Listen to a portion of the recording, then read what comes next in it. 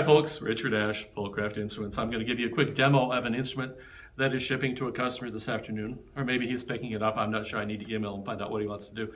This is a baritone dulcimer. So let me go through the specs and I'll let you hear it, and I'll talk about baritones for a little bit. So this is a walnut body, walnut back, walnut sides, and a walnut top. We have some beautiful curly walnut. Curly meaning you got the, looks like little waves in the wood, and may not show up in the camera, but it sure is a pretty instrument. Got a nice mix of heartwood and sapwood, which is the light and the dark colors on the top, and then again on the sides, and a little bit on the back. This customer chose a 25-inch scale, contemporary head with 3 tuners with black hardware. It's got the extra 1.5, 6.5 frets, and the same frets in the upper octaves, with the Seahorse F sound holes. This one does have the Galax back, so it's got the extra back in the inside back with a bunch of spacers in between, so when you set the instrument on your lap and strum it, your legs don't dampen the sound of the inside back. The inside back is still free to vibrate. Standard fret wire. This does have the Fishman Pickup in it. The Fishman is kind of the ultimate as far as pickups go. I really like it. I've got it in all my instruments. It's an expensive pickup. It's in the $400 range, and it's worth every penny. You've got an equalizer. You've got volume control on board. You don't have to go to an amplifier to change your volume. This does run on a 9-volt battery. This little cover here opens up, and you get to the battery, which is really convenient. Battery is good for 1,000 or 2,000 or something hours. It lasts pretty much forever, which is great.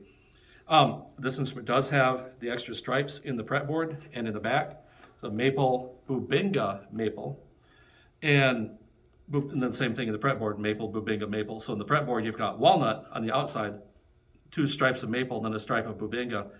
Of course, the stripes, we call them racing stripes, and it allows the instrument to play faster. No, I'm joking. Somebody called me on that last time. I was joking last time I said that too. The instrument playing faster is entirely dependent on the player, not on the racing stripes. But it still looks cool, and I want that on my next dulcimer. My old dulcimer doesn't have that.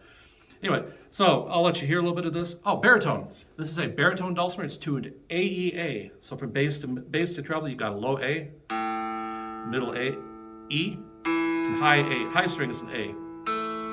This high A is the same as the middle string on your standard DAD dulcimer. So normally you have DAD, that A is this right here. And I'm totally on the wrong pitch, but you know what I mean. So it's about 4 or 5 notes lower than a standard dulcimer. It puts it in the baritone range.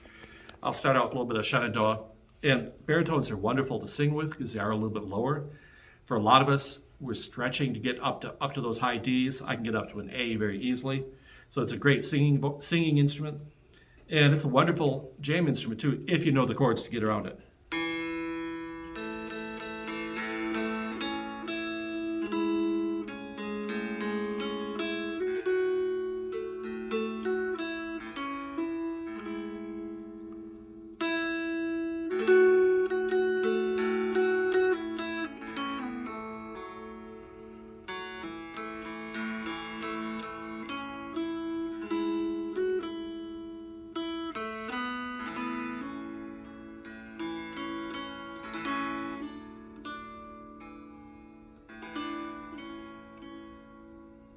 And a little bit of a strumming tune. I'll do a little bit of Wildwood Flower.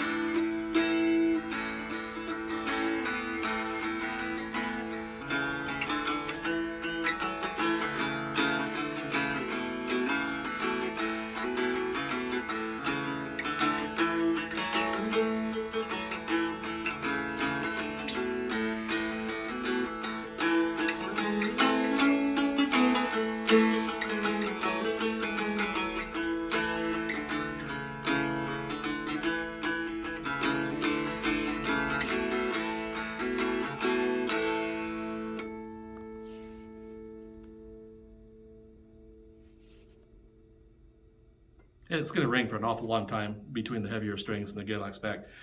And that extra note that I introduced around here on the last time through, that was entirely intentional. I was just experimenting with notes to see if I could find a really new note for that song. And I didn't find a new note, so I switched to the old notes.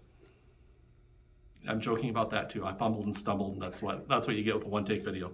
Anyway, this is a Baritone Dulcimer, all walnut, and thank you for watching.